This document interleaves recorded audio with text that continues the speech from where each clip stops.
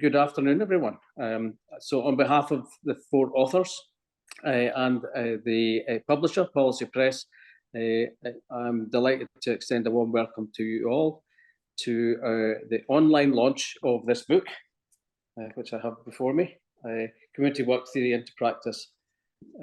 I was delighted to host a similar launch of an earlier publication from our authors on the impact of community work and how to gather evidence.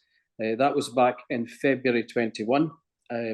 So it's a real credit to Karen, to Sue, to Kirsty and Ed that they've continued to put pen to paper or tapped away at their keyboards to now publish this further work. So just my congratulations to you all for the good work you've done. You will see once you purchase the book on the cover note just how the book is described, and I wanted just to highlight that for you. So the book draws on voices from across the world, influential thinking, both old and new, is applied to the practice that underpins work with individuals, groups, and communities. The book will inform and enhance practice for a wide range of students and professionals working in community contexts such as community development, adult education, youth work, community health, and social work. So it's not a book to be left on the shelf. This is something that should be in your everyday work. By way of introduction to myself, my name is Ken Milroy. I retired from full-time community work in 2018 after some 40 years, which commenced as a part-time youth worker, working for Angus County Council in the mid-1970s, and ending up in a leadership role in a third sector organisation here in the Grampian area. Additionally, I served in a number of governance roles within the further and higher education sector. I now enjoy working as a volunteer at my local Citizens Advice Bureau. I serve as a trustee of a national grant giving trust, as well as attempting to learn the ukulele and contributing to a local ukulele orchestra. We have a gig tomorrow. So the plan for this afternoon, assuming the technical difficulties can be overcome, first of all, there is a chat box which Kirsty has already highlighted on your screen. So please feel free to check in, let us know where you're from. If you have any technical difficulties during the course of the launch, please post them there and we'll attempt to address them. There's also a place for Q&As to be noted. So if there are any questions that arise or any comments you want to make from any of the presentations from our speakers and the authors, please post them there. There will be opportunity during the proceedings to try and address some of these questions, and I hope if we can't, then they can be picked up perhaps at a later event. I know the authors were thinking about having some kind of event following this for others to contribute in more of a discussion. So to open proceedings, we have, or we hope to have 2 speakers. One from Australia and one in New York. I'm not sure if Fran is with us from Australia yet. Not yet, still trying to get it. But Lynn is here to contribute from New York. So let me introduce Lynn. Lynn Clark is an education and non-profit leader with over 30 years experience in and outside the classroom. She brings comprehensive understanding of programme design and development, research and evaluation. Her work is grounded in direct experience teaching, leading programmes for adults, children, with fresh experience of working in low-income communities in New York. So can I invite Lynn to contribute to our launch today? Lynn, you're welcome. Thank you so much, Ken. This book is really special to me. My background spans both theory and practice, having taught curriculum theory to teacher candidates and doctoral students in the Deep South before moving into community work, first in rural Louisiana and then in New York City. It was in New York City about 3 years ago that I first met Kirsty and Sue, and they had reached out to me about an adult literacy program that we were doing during the pandemic for English language learners. Since then, I've had the privilege of being part of several focus groups on various topics, and I've been able to also include some of my colleagues, some of whom are here today. Seeing those discussions on the page and hearing our voices within the context of the larger theory hit me like a thunderbolt when I opened the book. It showed me the potential of this book to not only connect theory to my practice, but better connect me to my colleagues and my community through an ongoing dialogue that was informed by both theory and practice. As I read the book, I was struck by how often the word "with" is used to describe our work with community members and with each other, especially in chapter 3, equality and inclusion. What that means within the context of theories relating to diversity, equity, and inclusion. For example, in chapter 3, on page 33, the story about overt racism towards students who identified as Scottish travelers or Gypsy travelers in the UK resonated with my own experiences with Black and Brown students in the Deep South. But it was the discussion about unconscious bias and intersectionality that reminded me to step back and see how historical and institutional racism support these kinds of very personal discrimination, and how racism is just one facet of the oppression that our communities face. The case study on the very next page then candidly names a central issue of working with people and communities, and I quote, "How well-meaning middle-class older white women are trying to be helpful, but they are disabling and disempowering. Our work is about enabling and empowering, going beyond the work to amplify the voices with whom we are working." The chapter then goes on to introduce a thoughtful overview of feminist theory as just one way to create an inclusive environment that can help those well-meaning white women shift from an us-them or a charity mindset to a we-with. While at the same time, anecdotes from the field remind us of the literal costs of inclusion and how change occurs really slowly. It's that push-pull of practice, theory, practice that makes this book so special. Not only as an individual reader, but as a collective experience with colleagues, it can serve as common ground to discuss complex and often difficult situations within the context of big ideas that can inform those situations and possibly disrupt the systems and structures that have made them difficult in the first place. In chapter 11, Adult Learning, "with" takes on additional meaning. Within the adult learning classroom, this setting, the framework of diversity, equity, and inclusion expands to include belonging, DEIB, through the lens of Paulo Freire's work and emancipatory adult learning theory.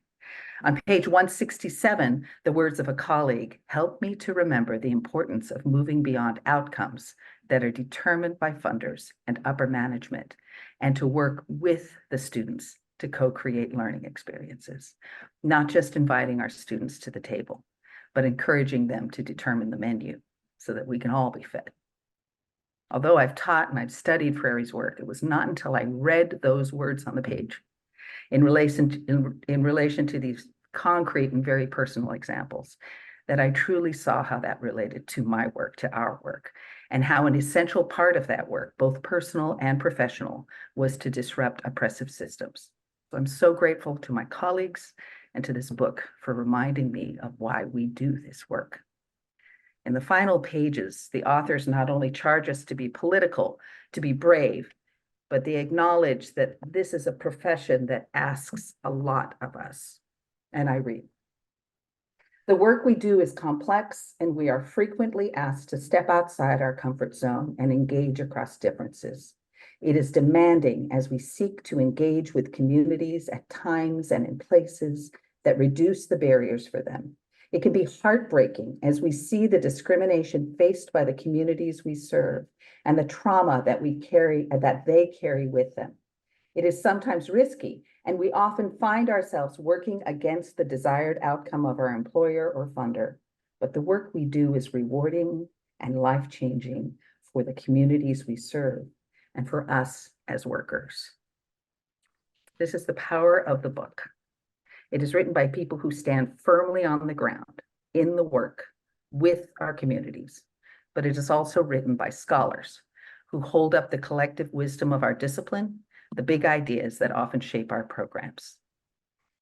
Community work theory into practice invites us to lean into the in-between, the hyphen, to hold both ends of the blanket so we can engage in an iterative dialogue that expands our understanding of ourselves and each other as we circle back and forth between theory and practice. Maybe it should have been called theory into practice, into theory, into practice, into, well, you get it. Either way. This is a book that will change the way you think about your practice and the theory that informs it. Enjoy. Thank you. Thank you, Lynn. I don't know if there's any comments or questions that our participants have for you. If not, maybe Kirsty wants to come in. So, Lynn, did you have any questions that you were wanting to pose? We talked a little bit maybe about looking at some questions that we could share with the audience. I did, and I don't know how to put it into the Q&A, but I was curious to know how you currently work with your communities or with your colleagues and what that word means to you. Yeah, and I think it's interesting that we've got people involved in the book who come from all different countries and different practice settings. And I think that means that when we frame our international experiences differently, that we pick up on different things and different ways of speaking and reflecting. And I was so delighted when you said that it was the with bit that that struck you, you know, that this is how we work in a different way. We've got one question here from Jeffrey. I'm not sure where he's from. It says that is it only community members being helped, the disadvantaged? I'm not quite sure what that is.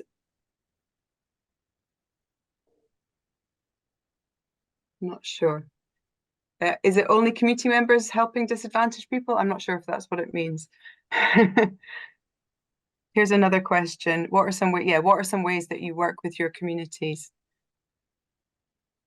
So that was my question to the audience in the room. And you can drop your answers into the chat. I think everybody can read that. Yes? Yeah, via the Q&A. Can you say out loud? I mean, is it possible to relate those? So I think for us, it's certainly for us working in Dundee, you know, our context is very much around poverty and inequalities.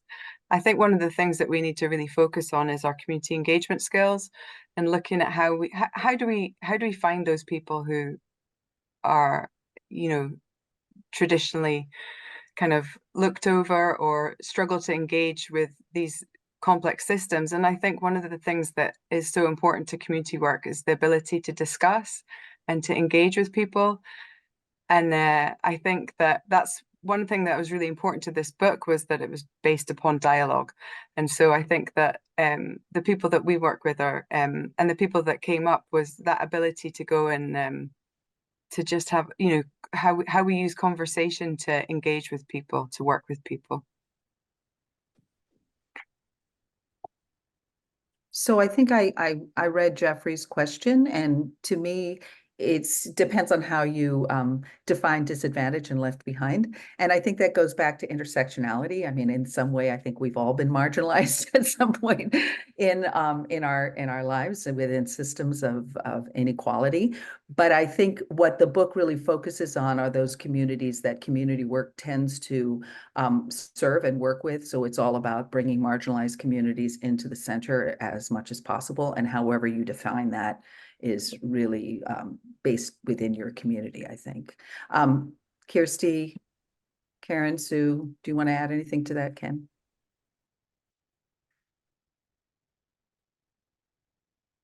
No, I'm going to see if others have been able to join us yet, and I thought we might try and get the authors to say something, and maybe to pick up on some of the comments that have been made.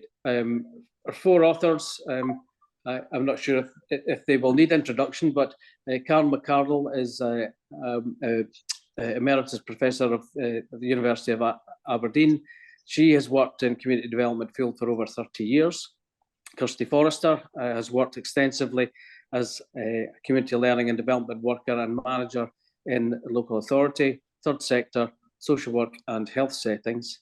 Ed Garrett has worked in a number of community development roles for over 20 years in both local authority and third sector settings. Sue Briggs has many years of local authority practice and management experience, which includes quality improvement approaches, professional learning, and community learning and development. So I think I'm going to invite Karen in the first instance to kick off in terms of your input in relation to the book. Karen, do you want to take the stage? Yes, thank you. People often ask us, why did we write this book? And I think all of us have thought about it quite hard. And it's a book about theory, which was not something we thought about first off when we were thinking of what we were going to write next. But we came to it because I've heard people say community workers shy away from theory, especially after graduation. In my experience, this is totally wrong. Theory is implicit in everything we do. The book cover, which you've seen, has a knot on it, which shows how theory and practice are interlinked. We wrote the book to illuminate the quality of that link and to give affirmation and confidence to practitioners and enable them to have courage about theory. Now, we, the team of 4 authors, brought a blend of different theory, skills and knowledge to do this. Prominent were a need for all of us to bring academic skills in terms of just basically reading and writing, creative and imaginative skills, ballast and holding the ship on course, international and local networks of community workers who could contribute, knowledge of CPD and professional learning, and openness to the views of others. The knot is also a symbol of the authors coming together. We all had different ideas and theories and qualities, but what we shared was a desire to reflect critically, shared values of equality, diversity and inclusion, and a passion for change, change being the affirmation of theory and engendering courage and enjoyment to use theory explicitly. Because theory influences policy, policy influences social justice, poverty and hunger. And we need to address these needs as community workers. Thank you. I think Kirsty's next. Okay. Kirsty, So, you okay? Yep. Yeah, so I think my job was to talk a bit about how the book was written and the approach that we took to that. So the 4 of us have written together in the past, but with other friends. So this time we came to this book and felt that perhaps the 4 of us weren't enough to write a book about community work, practice and theory, and that we were thinking, did we want to bring somebody else on? We knew that we wanted to cover a whole different breadth of topics that were relevant to all of you working in communities, whether that was health or the environment, youth work, adult learning, community development. And although we have a lot of experience between us and that we've all worked in different specialist areas and practice settings, we didn't perhaps have experience of everything, or at least up-to-date experience. But also for me, I think fundamental to community work practice is that that it's based on dialogue. And so for me, it was about how could we use community work methodologies, and particularly the dialogical method, to improve our knowledge and develop our understanding and bring in a range of voices. So writing this book for me was an opportunity to engage with a wide range of practitioners from all around the world, to learn from them and to hear what they thought and to get more diverse practice. So for this book, we spoke to 51 different people from over 10 countries, and you'll see that I've made a slide that sits behind me today, which with all of their names. And we would just like to be really clear that behind this book is a huge amount of knowledge and experience from a huge range of contexts. And we are so very, very grateful to all the people who were involved in contributing to the knowledge of this book from so many different places. Some people are specialists in health. Some people are working in a digital context. Some people are working in the third sector. Some people are working for local or national governments. Some people were senior managers, and other people were sessional staff or volunteers. So a huge range of different experiences of working with communities. I know that I speak for all of my colleagues who are here when I say that it was such a privilege for us to have this opportunity to speak to different people, hear what community work was like for them in their countries, and how theory informed that. And it was really encouraging that we found so much commonality, whether it was Sonia practicing in Pune in India, or Mark working in Dublin. We were still all learning and understanding our work in the same way, and that was just wonderful. And it was great to bring everybody together to share ideas. I also think it was a great opportunity for us to make new friends, since it was through a COVID publication about adult learning in the US through the American Literacy Network that I was able to contact Lynn and her colleagues. And since then, we've been out for dinner in Dundee when she came to Scotland and had a glass of wine together. So I do hope that as a result of this book and through building our network as community workers, we can make some lifelong friends. But we just want to say a huge thank you to all the contributors. I hope that when they see the book, that you'll be able to see how much you influenced this, how strongly your voices feature in it, and how rich it becomes because of the case studies that you gave us about the work that you do. And yeah, thank you. Thanks, Kirsty. I think you're up next, Ed. Yeah, thanks, Ken. So I'm going to say a few really quick words about the focus of the chapters and why we chose to focus on what we did. I think the first word that comes to mind when I think of this book is that it's pretty ambitious. Yeah, kind of community work practice covers such a range of areas of areas and issues that we've had to make lots of choices as to what we've included and prioritized. There has been an inevitable process of selection, which has been influenced by our own practice, interests, and concerns. But I think as practitioners between us with a real diverse range of experience, and as Kirsty said, pulling in all that other experience from around the world through the focus groups and other discussions, our hope is that this book will cover a good number of the areas that people think are important in terms of their own practice. But so the kind of core areas are covered. The book starts with some chapters on the value base of community work, and then looks at some of the kind of key disciplines and activities, and then finally some of the kind of ways of working in community work.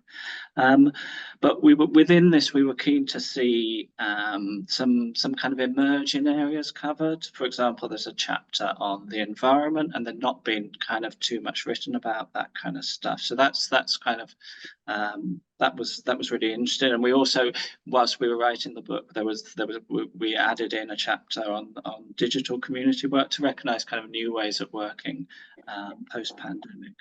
And as Kirsty's described, during the writing process, the influence of and the input of so many other people, kind of there were shifts, during the writing process as we developed our own sense of the book and with this other input. And so there's a chapter on professional learning, which now kicks off the book, I think, in a really good way. So, and I know Sue is going to talk a little bit about how the book can be used in our own professional learning. So I'll hand over to her. Okay. Thanks, Ed. Can you hear me okay after my troubles getting in? That's good, Sue. Yeah. Yeah. Okay. Super. So nice to see Fran on the screen. Glad you got in from deepest, darkest Australia, Fran. Okay. So I just want to talk a little bit about two things. The first reflection I have in terms of being part of the author team here today has been the importance of networking. And Kirsty has talked about this a lot. I just want to add something into that. So the importance of networking in the construct of the book, reaching out and allowing exploration and challenge, as well as the sharing of practice. And Kirsty has absolutely touched on that. This is very, very enriching, but it's also essential, I think, to the effectiveness of our delivery in often very challenging settings.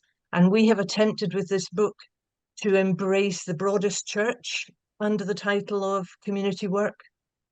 Wherever you're operating, in whatever community work context, it seems to me it's never an activity of isolation, but one of collaboration. That's my experience, been heightened by the work on this book. So we've tried to harness that in the book writing, and you've heard a bit of that in the things that Karen has said, Ed has said, and Kirsty said. So the second thing I want to focus on, it's been really important to me to contribute to what I think is a practical platform to illuminate the value of ongoing learning and development in our world of community work. And in that light, attention to accessibility has been a factor in creating the book. So I hope we've taken a strong focus on applying ourselves to writing, which will register with practitioners, students, community activists, community leaders, and the widest of community work audiences. A lot of the content has been prompted by the people we've been working with, as Kirsty said. So to this end, the use of challenge questions and identified principles for practice support ongoing reflection against each of the chapters in the book. We've become accustomed now to using that as a model in our writing. So all of us contributed to the challenge questions and the identified principles for practice against each chapter. So group exercise, sense of team, which has been really important to me in the writing of this book. So I would encourage people on the call here to check out the companion website, which I think Angela is going to highlight for us. The companion website creates access to some of the tools beyond the book itself, so in parallel with the book. So I think it's a really useful and practical thing for those involved in a practical basis in community work. That's really what I wanted to say, Ken, for my little bit. Okay, thanks, Sue, and that was great that you could join us. And I'm even more delighted that Fran's able to join us as well. I had a copy of her notes, and I was just going to read them from my phone, which I didn't relish the thought of trying to read your notes, Fran, from my phone. So I'm delighted that you've been able to join us from Australia. If I can just say a few words of introduction to Fran, who I met some 20 years ago, I think, when I was visiting Australia and speaking about the work I was involved in at the time. And Fran at that time, I think, was at Curtin University. So Fran has a long-standing interest in relating practice and theory in the worlds of community work. Her first work was in Kimberley district in Northwest Australia with Aboriginal people accessing a range of rights. Her most recent work was a fishing village in Vietnam impacted by climate change. So in the 28 years between these two experiences, Fran has straddled the worlds of academia and practice in realising the potential of community work. So Fran, you're very welcome, and we look forward to hearing from you. Thanks. Thanks, Ken. You look different. You've got a beard now. I do. I was going to say how wonderful that personal networking, because I know Ken and Sue, and technology had enabled me here tonight, but technology let me down in a big way. So thank you for that introduction. I'm really delighted to be able to speak to the value of this book. And it was more than 40 years ago that I was in the Kimberleys. And back then we didn't have much in the way of guides for community development. We just sort of tried to dredge all that we knew from our uni degrees and see if they could fit. So I think this is a great step forward. A practical guide, excellent for students, and a reference for anyone doing community work. I wanted to just briefly talk about the chapter on networking by Kirsty, networking and partnership in relation to my work in the Kimberley, which goes back to 1972, when the Community Welfare Department became the replacement for what had been the Native Welfare Department and the Child Welfare Department. So for the first time, the state government was going to treat everybody the same. And we'll try to anyway, which was a big step forward, because in 1976, I was appointed the first social worker to Broome, which is a town of 3,000 people, and 50% were Aboriginal. Broome was always interesting in that it was exempt from the White Australia policy because of the demands of the pearling industry, which they thought white men couldn't dive. So they had to use Asian people, who then mixed with the Aboriginal people. So there were a lot of Asian Aboriginal people. But the Aboriginal residents weren't exempt from the Native Welfare Act. And it was a time of control and categorisation until 1972, when a big change happened.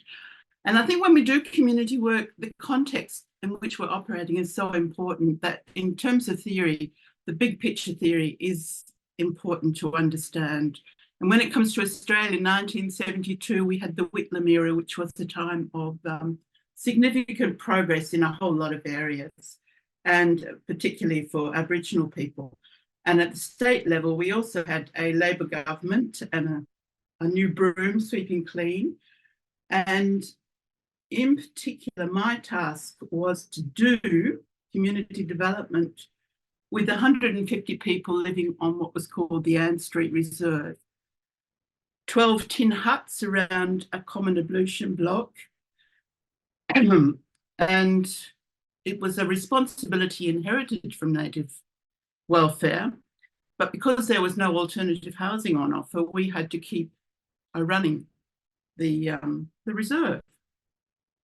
But because it was a time of tremendous progress and opportunity opening up, networking was a very important way to go. 150 people with all sorts of issues, a lack of health, legal aid, poverty generally.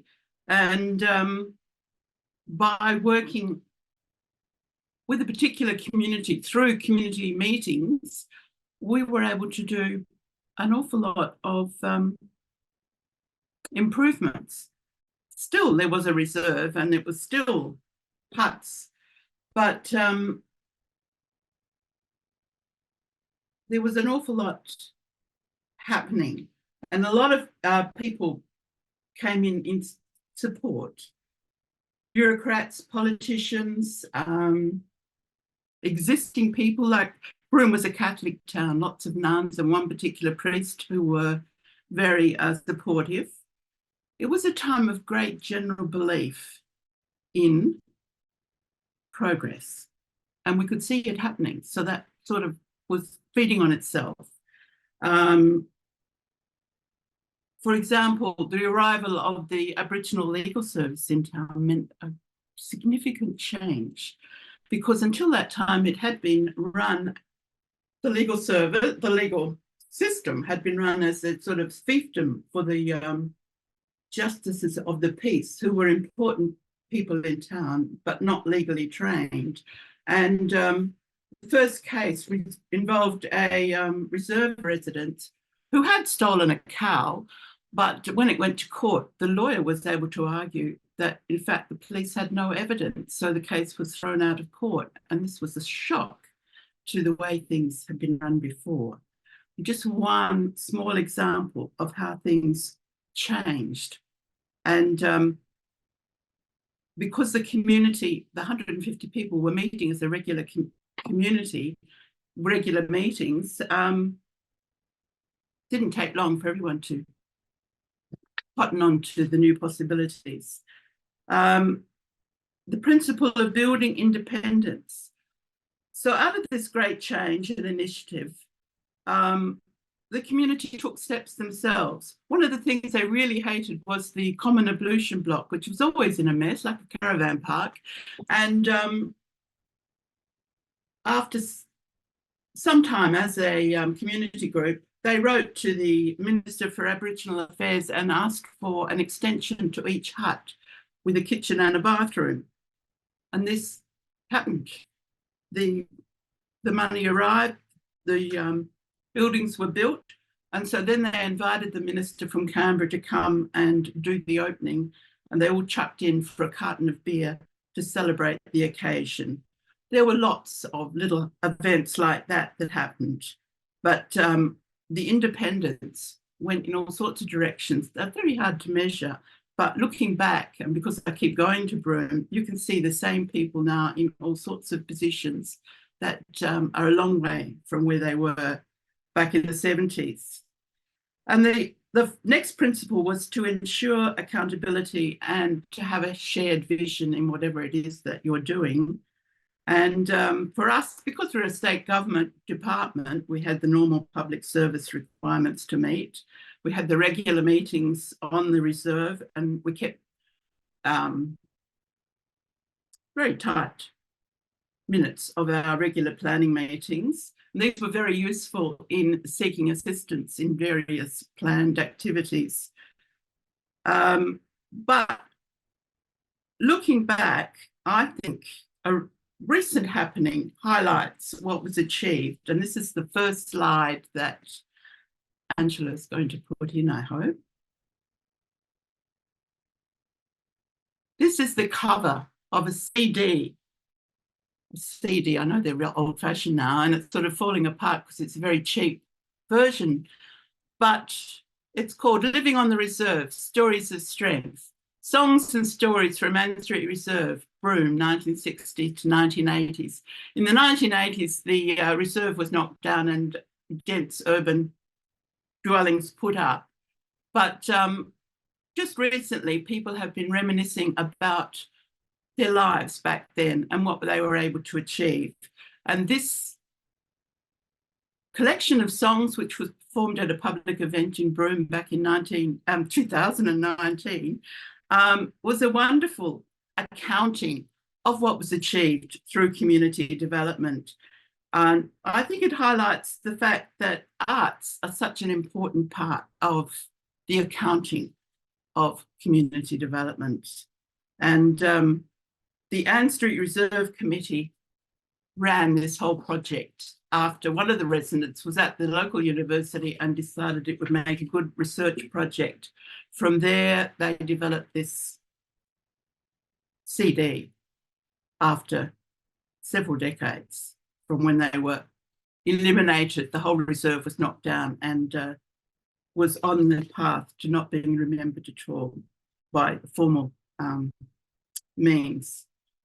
So that was one. And quickly on the last principle was to analyse your networks, analyse your partnerships. And I think that's so important. Know what's going on at all sorts of levels, from the national to the local, from your actual community to its connection with economics, politics, cultural issues. That was important, but it's also important to realise the world keeps on changing. And come the 80s in Broome, as in much of the rest of the world, an era of belief in progress and nation building after the Second World War was replaced by the rise of a neoliberal vision that all we needed was markets. And so a lot of those opportunities diminished. Opportunities elsewhere, as Ken did with the development of FOIA, but times keep on changing, and your analysis should keep you informed as to which way the wind is blowing, and you can adjust accordingly. The next one I wanted to talk about was the chapter on environment that Ed has just been mentioning. And just briefly, Vietnam. I spent a year there as a volunteer after I resigned as a full-time professor. And then just last November, we did a visit to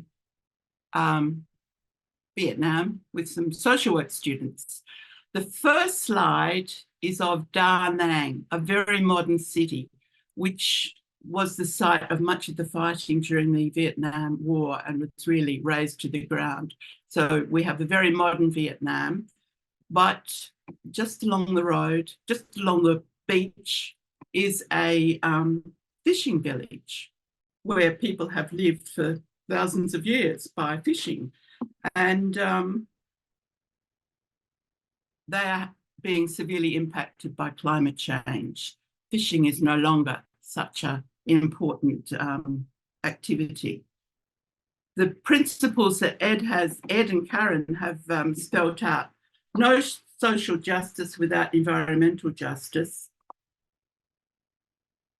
Well, this was obvious, that social justice, these people's livelihoods were affected by environmental change. But I was surprised to learn that the social work students hadn't really made a connection between environmental justice and social justice. They didn't really see community development as part of their everyday social work that they envisaged. But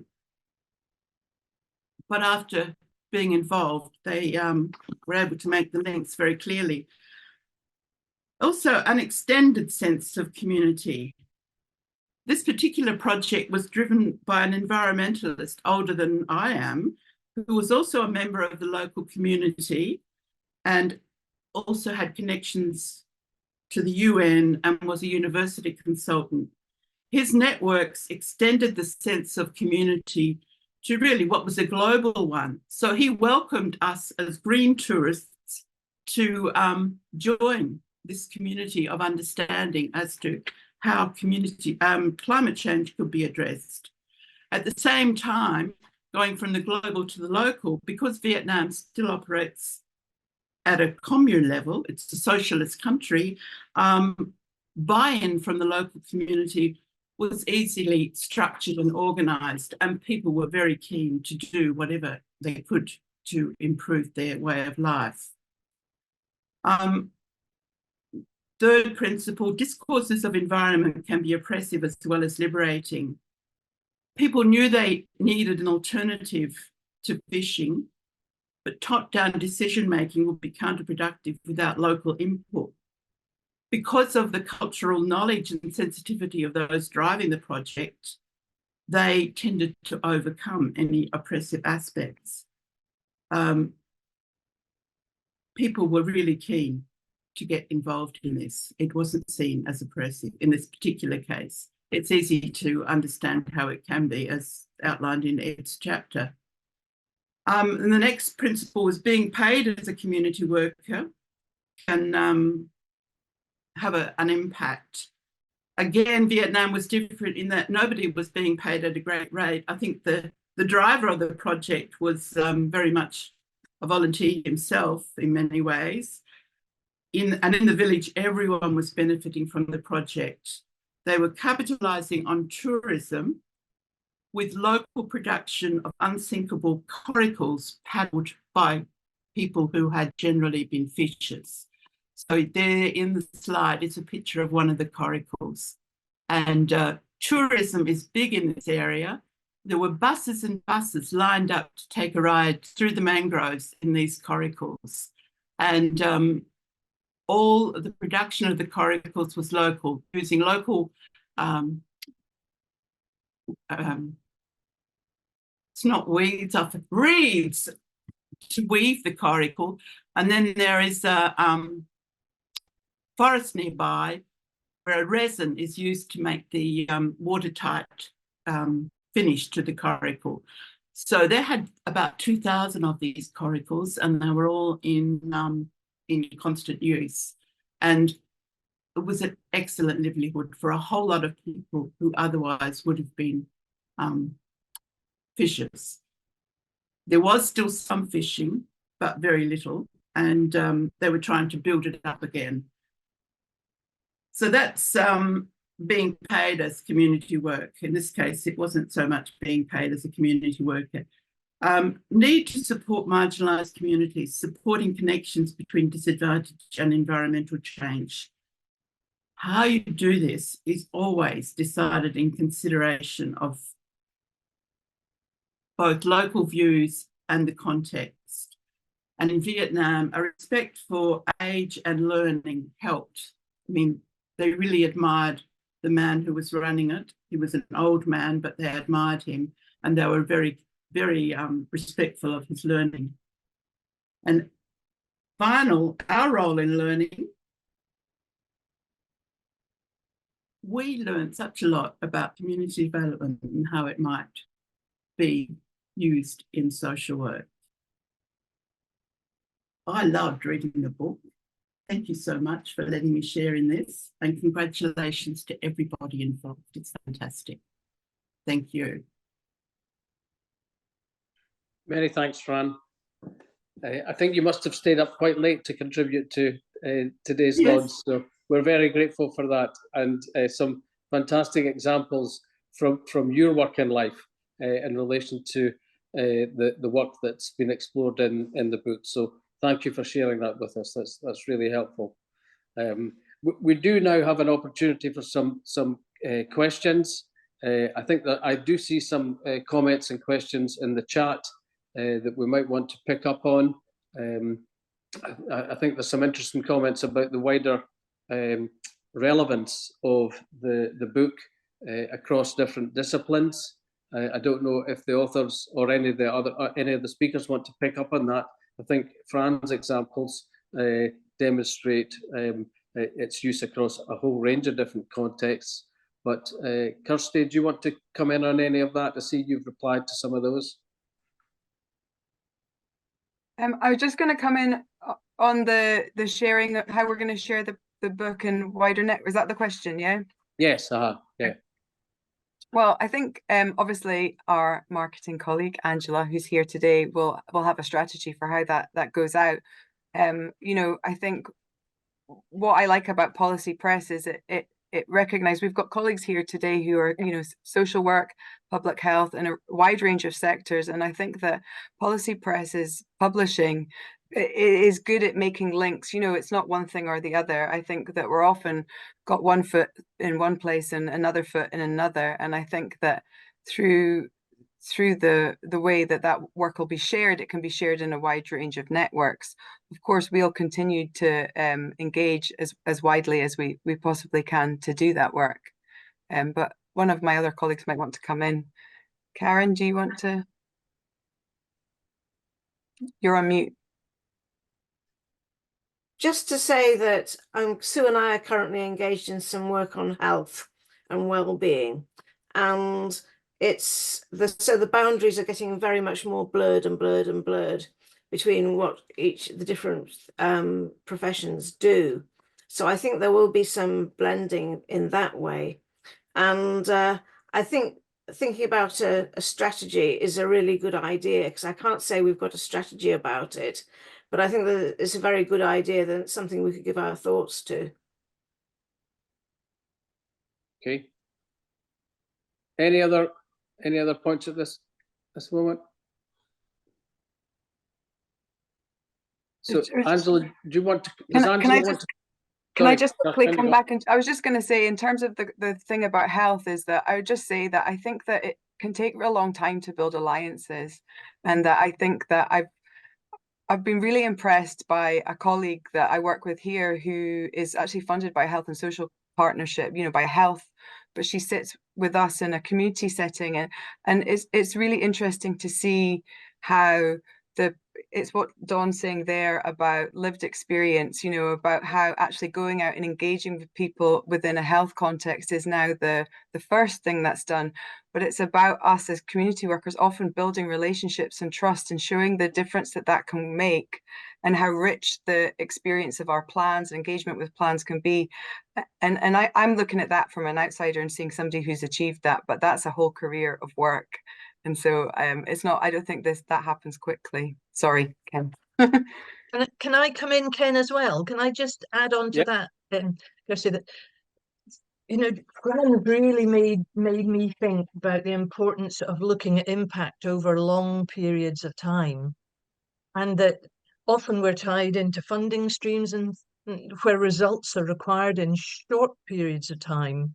And I just love listening to Fran talking about, you know, the historical aspect of where some of her works come from and what we learn from looking back and from longer term case studies, really. So we've had an interesting discussion this past week with Fran about that and about the importance of longitudinal studies, case studies, you know, things that illuminate the practice, but over lengthy periods of time. I think that's a really important thing. Thanks. Okay, thanks, Sue. We're quickly running out of time, so I'm going to pull things together and to draw things to a close, just for a few words of thanks. Firstly, to all those who've logged on, despite the technical difficulties. We're grateful for your appearance, virtually as it were, to join us for the launch. I hope you found the inputs of value. I think it demonstrates the value of the work that Kirsty and Ed and McArdle and Sue have done. I think a real challenge to do something that has international appeal, that takes us out of the confines of the policies and funding constraints that we have wherever we are, but demonstrates the value of community work in a much wider way. And I think that's been proven today with the comments, the international comments from Lynn and Fran, and I'm grateful for that. We have a recording of today's event with all the comments, the Q&A, the chat there, so we'll be able to pick up on that, and you'll see from that chat that Policy Press, it's worth checking them out in relation to other publications that they would have that I'm sure will be of value to you. So my thanks to you all for contributing to today's event, and I wish you a good rest of the day. And Fran, you can now get to your bed. Thanks very much, everyone.